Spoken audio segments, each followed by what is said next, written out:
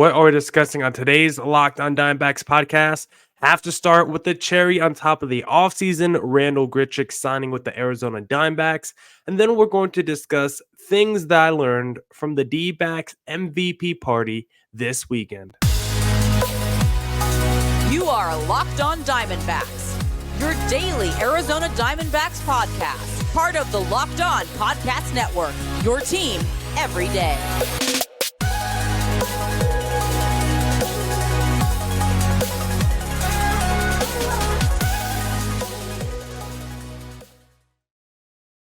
Welcome into the Locked on Diamondbacks podcast, part of the Locked on Podcast Network, your team every day. You're listening to who? The always charismatic host of this podcast, Millard Thomas. I'm a multimedia journalist and I'm a graphic designer, so please go check out my website, millardthomas24.myportfolio.com. On there you can see all my latest work, from my packages to my articles to my photos and my graphic design.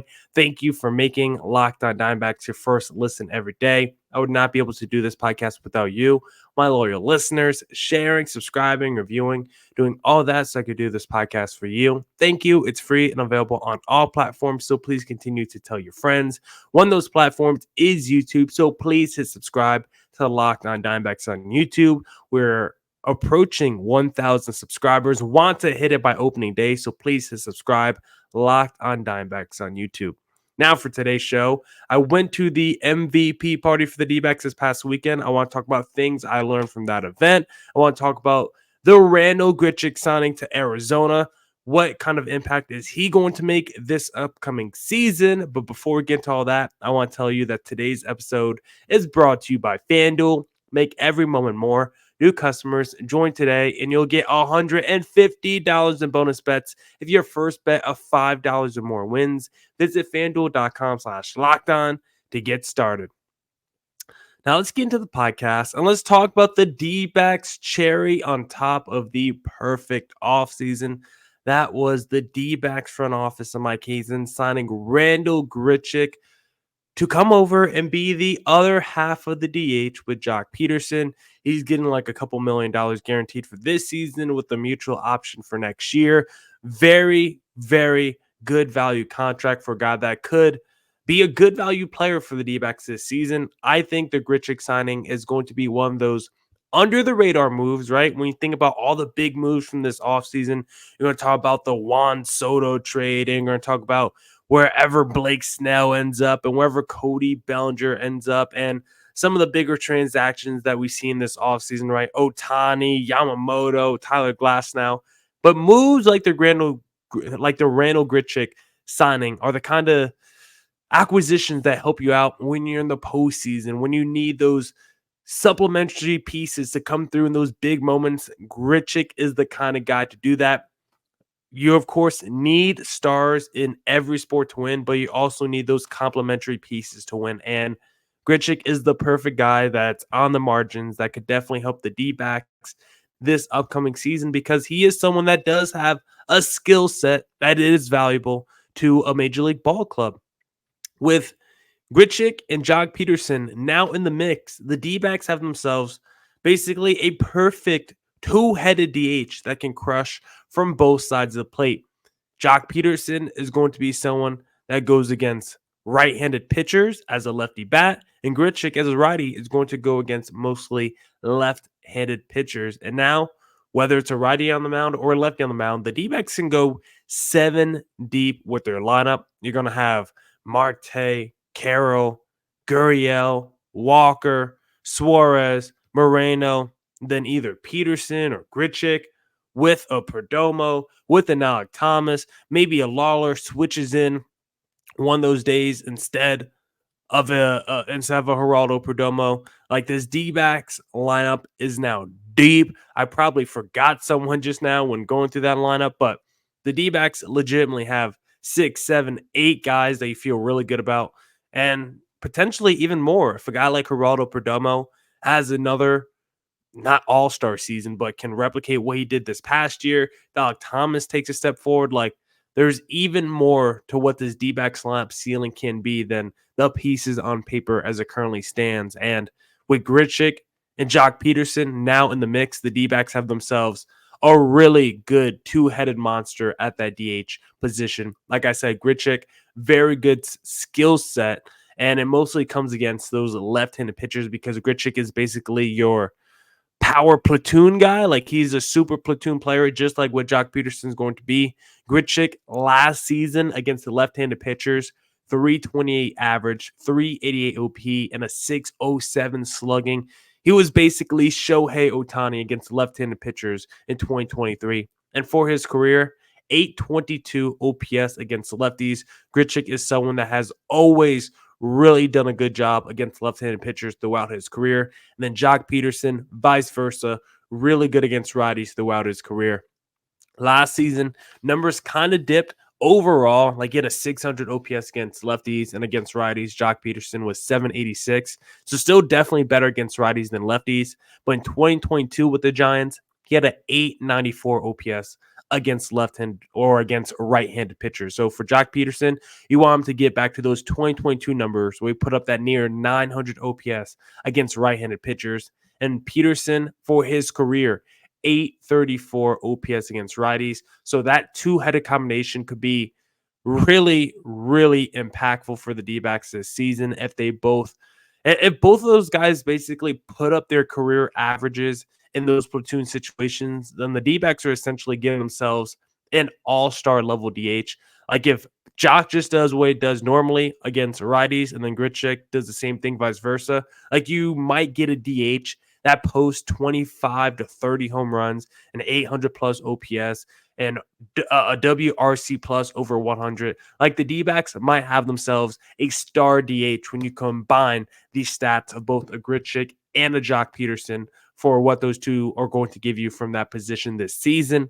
Grichuk quietly has sneaky power. We already know Jock Peterson has the power. We've gone through the Jock Peterson profile before on previous podcasts. Grichuk also has sneaky power. 520 home run seasons under his belt, including a 30 home run season. You look at the hard contact stats for his career, very good stuff. When you look at exit velocity and hard hit percentage, all really good stuff for Randal Grichuk. If you had to have some concerns for Grichuk, I think it comes down to three things: his health, his career at Chase Field, and his defensive slippage. Grichuk is currently coming off a surgery to remove bone spurs in his ankle. Hopefully that doesn't linger all season. It does seem like he's going to be ready by opening day, but the D-backs have enough depth. Get Grichuk 100% healthy before he plays. And of course, he's going to be mostly DH, so don't even have to worry about him playing the field to start the season. That's concern number one, and I'm not really that concerned about it. Concern number two, he has a below 600 career OPS at Chase Field. Not very good, but again, small sample size. Has only played like 21 games at Chase Field in his career. Not too worried about that. And then finally, the defensive slippage. Before last season, Grichuk got hernia surgery, and he believes that kind of lingered all season. He missed the first month of games, and he thinks the surgery is partly to blame for why his defense slipped this past year. So he's of course dealing with the bone spur issue, but not having the hernia surgery, hopefully he's fully healthy by the start of the year. I think Grichuk should be better defensively for the D-backs this season. A guy who, when we look at his career numbers, has always graded above average from a defensive standpoint. So hopefully a better health situation for Grichuk leads to better defensive numbers this upcoming season. But at the very least, for the role that he's being asked to do for the D-backs, I think he will thrive in 2024. Mike Hazen has done everything we could have wanted from him this offseason, and I wouldn't even be shocked if he wasn't done yet. I mean, maybe there's still another reliever along the way. I'm pretty confident there's no more big splash signings. I don't think he's going to make any more major additions to the lineup. But regardless, if Grichuk is the last signing of the offseason for Mike Hazen and this D-backs front office, A+ job by Mike Hazen this offseason.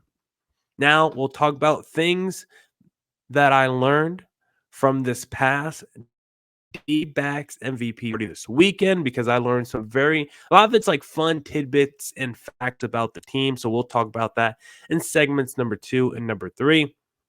But before we get into that conversation, I first want to talk to you guys about FanDuel Sportsbook because if you want to place a little futures bet on the D-backs in 2024, there's no better place to do that than FanDuel because get buckets with your first bet on FanDuel, America's #1 sportsbook, because right now, new customers get $150 in bonus bets with any winning $5 bet. That's $150 if your bet wins. Bet on all your favorite NBA players and teams with quick bets, live same game parlays, exclusive props, and more.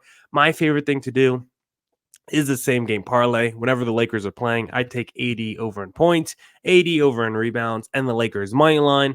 It doesn't always hit, but it has been hitting more recently, and I love seeing that direct deposit hit my account. And if you want to see the direct deposit hit your account, just visit fanduel.com/lockedon and shoot your shot. FanDuel, official sportsbook partner of the NBA.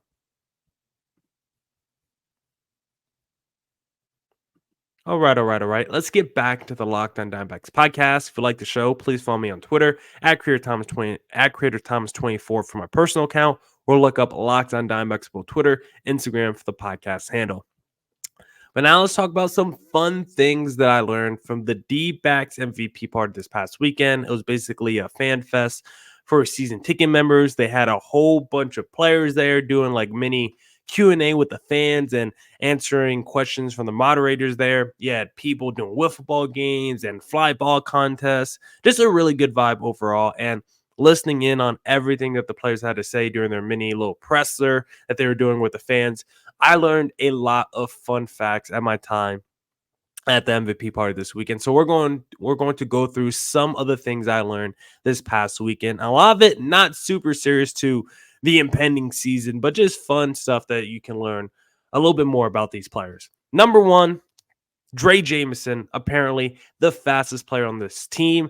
That rumor has circulated before in the past, and again, it was confirmed at the MVP party this past weekend because they were asking Corbin Carroll and the faster players on the team, who is the fastest player, and a guy like Pavin Smith said Corbin Carroll. When Corbin Carroll's asked, he had to give some love to Dre Jameson, the pitcher. He's apparently a freak athlete. If you go on the internet and Google search Dre Jameson, Corbin Carroll race, apparently Dre Jameson in the past has smoked Corbin Carroll in foot races. So Dre Jameson, if you didn't know already, fastest player on the D-backs.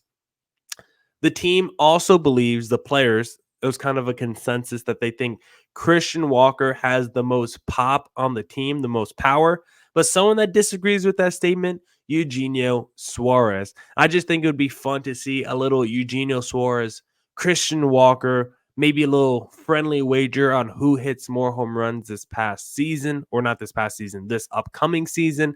Both those guys got major power. And to be honest, when doing the research of who has more pop between Suarez or Christian Walker, according to StatCast, it seems like Suarez has more consistent pop, more exit velocity, a higher exit velocity average, higher hard hit percentage. But when you look at the max exit velocity, seems like Christian Walker has a higher ceiling with his pop. It seems like his bar goes farther. So if you're talking about who has the most high end raw strength, then the answer is probably Christian Walker. But who has like the most repeatable, consistent power, then the answer is probably Geno Suarez. So you really get to pick your poison there as a player or as a fan of who you think has more power. Gurriel, he said he didn't want to make the fans jealous, but he apparently has the best views of Alek Thomas's catches in the house. And that is a true statement. Lourdes Gurriel out in left field. How many times does he run over to track the ball and he's like, I'm not going to get there. And then you see Alek Thomas full out sprint, somehow make the play, center field, left center. Lourdes Gurriel definitely has the best seat of Alek Thomas in the house. And I am jealous of Lourdes Gurriel for that, because imagine being where he is, being an athlete and being like, you know what?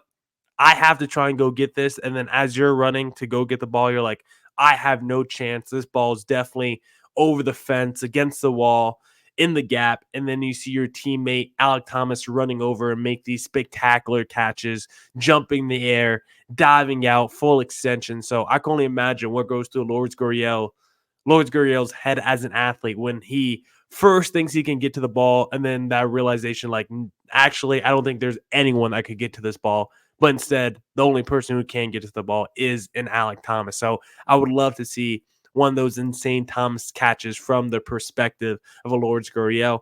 Very jealous of him for that. Also, Lourdes Gurriel update. He has changed his hair color, not just straight up purple anymore. At the MVP party, he was rocking a half and half look, both lime green and purple. I think this would be a great FanDuel prop bet. What color would Lourdes Gurriel hair? What color is Lourdes Gurriel hair going to be on opening day? At the MVP party, it was half green, it was half purple. Will it be that on opening day? I think that would be a fun prop bet for FanDuel to put up, but I unfortunately don't think they care enough. This one I also thought was kind of interesting because they had all the members of the quartet that hit the 4 home runs against the LA Dodgers. And when Geraldo Perdomo was talking about that moment, he said he was more excited when Gabriel Moreno hit the 4th one of the inning than when he hit the first one to start off the rally, because when Moreno hit that 4th one, that's when you knew it was something. That's when he knew something magical was happening. That's when he knew something historic was happening. I just thought that was really cool insight, because to be a part of that 4 home run inning, to be a part of history like that, to get it started when you're Jerry, and to actually be more happy for your teammate who capped off the rally with the 4th home run of the inning. I just thought that was very good insight. All the players were super happy to be there. I got some more fun things I learned that I want to talk to you guys about in segment number 3, but very cool to see all the players there. It wasn't the full team, but we saw the newbies with Jock Peterson, like Eugenio Suarez. We saw all the stars. Corbin Carroll was there. Ketel Marte was there. Moreno, Lourdes Gurriel, Zach Gallen spoke. Brandon Pfaadt. The whole rotation was there. I mean, Merrill Kelly, Erod. So I'm definitely forgetting a couple players as well. But all the core pieces of the D-backs essentially spoke with the team, or not with the team, in front of players at the team's MVP party this past weekend. Really cool experience. And there's a few more things that I learned that I want to talk to you guys about in segment number 3. But I first want to talk to you guys about eBay Motors. Let me pull up my little ad overlay for the YouTube audience, because passion, drive, and patience, what brings home the winning trophy, is also what keeps your ride or die alive.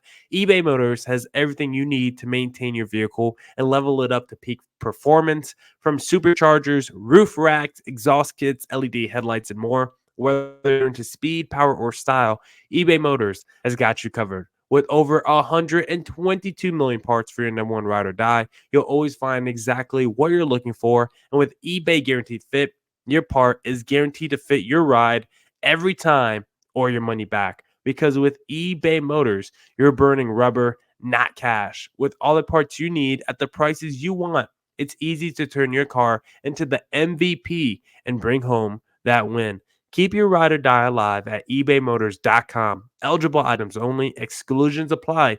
eBay Guaranteed Fit only available to U.S. customers.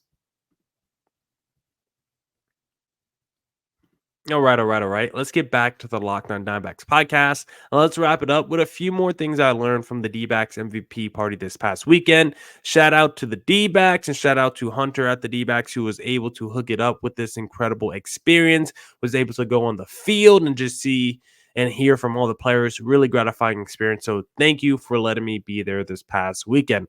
Now, some other things that I did learn from the MVP party was Corbin Carroll, his favorite moment last year, celebrating in Philadelphia after that game 7. He loved celebrating in Philly, like I'm sure the rest of this team, because I think even for D-backs fans, going and winning game 7 was probably more fun than going to the World Series, because that game 7 against Philadelphia, I think that moment, I think D-backs fans were more happy with the fact that we beat Philly in a game 7 in Philadelphia than the fact that we were going to the World Series that day. Because Philadelphia, I mean, the fans talked so much crap and trash, and they tried to belittle D-backs fans and D-backs Nation. They tried to make us feel like we're not a real franchise and try to act like we were just something in the road on their way to another World Series. Like, I felt like we were discounting that series. I felt like the media didn't have any faith in the D-backs at that time.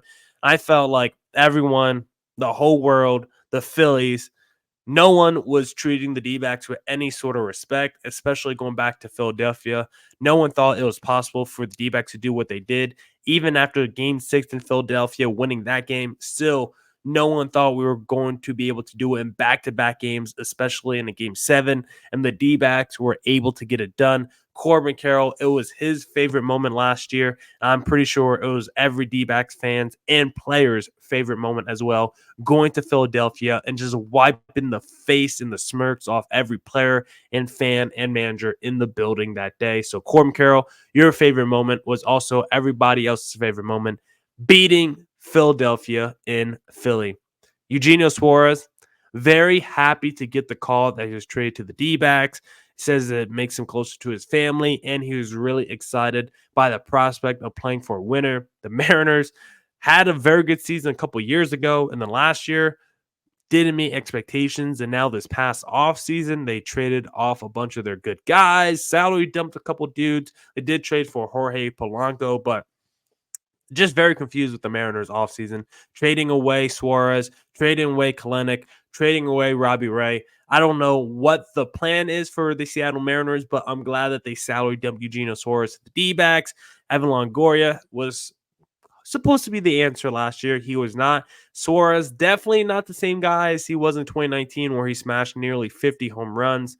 Maybe he's not even the guy from a couple years ago that smashed 30-plus home runs. But if he strikes out 190 times, but has an 800 OPS with 30 home runs and 80-plus RBIs, like, I'll take him leading the league in strikeouts if he also has a monster power output season. I expect Mark Reynolds vibes from Eugenio Suarez this upcoming season.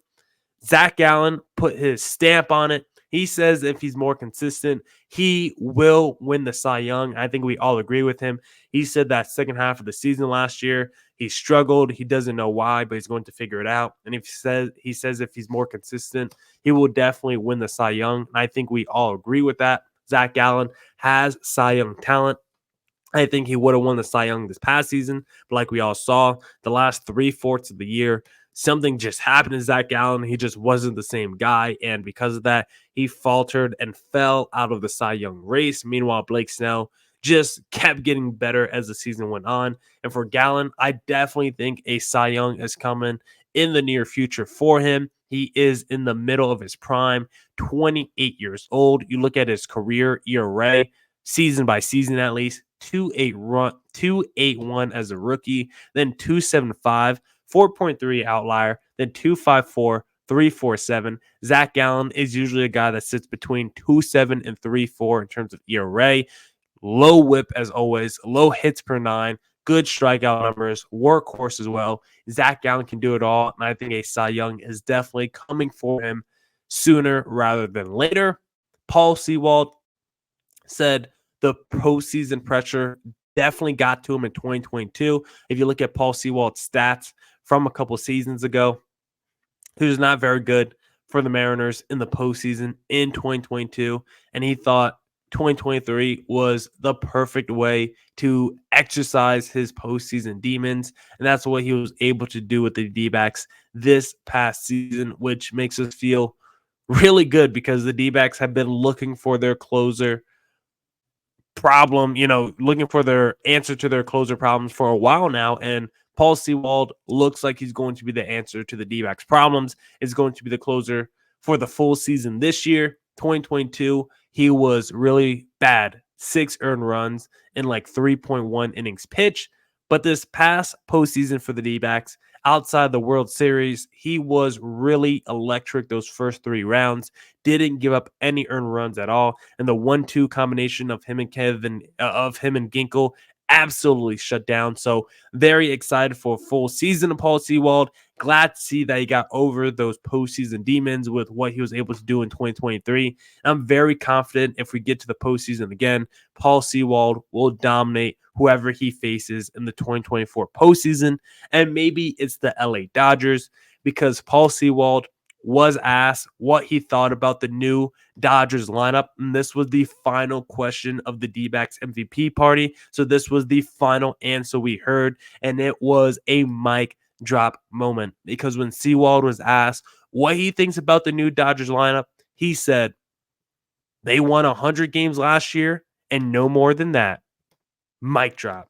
In case you don't get it, he's saying they won 100 regular season games last year, and when they got to the postseason, we swept them bad boys because the only bad boys around was the D-backs. The Dodgers were just bad in the postseason, and Paul Sewald is not afraid of them at all, and we'll see what happens in this year's postseason if we square off against the LA Dodgers again. Of course, they are loaded with talent, but so are the D-backs for the first time in a long time, and I think they could go pound for pound against the Dodgers in a postseason setting. Then the final thing that I learned from the MVP party this past weekend is there were a lot of young girls there, not to be taken out of context, but I just love seeing the next generation of baseball, right? All the youngsters, all the kids, and there was a lot of young girls at the MVP party taking part in the wolf ball games, doing the fly ball contest. And I gotta tell you, every time I watch those wolf ball games with the kids, it was the girls who seemed to have the better, more fluid swings. It was the girls who seemed to crush the ball a lot more than the young lads that were there. So the next generation of baseball stars might be more women than men, because the young girls that I saw at the MVP party were killing all the young lads. So maybe the young lads need to get back in the lab, because the girls were crushing them at the event this past weekend. Now, that's it for this edition of the Locked On Diamondbacks podcast. Come back tomorrow for more Diamondbacks news coverage and insight. Thank you for making Locked On Diamondbacks your first listen every day. And as always, stay safe, stay healthy. Doses.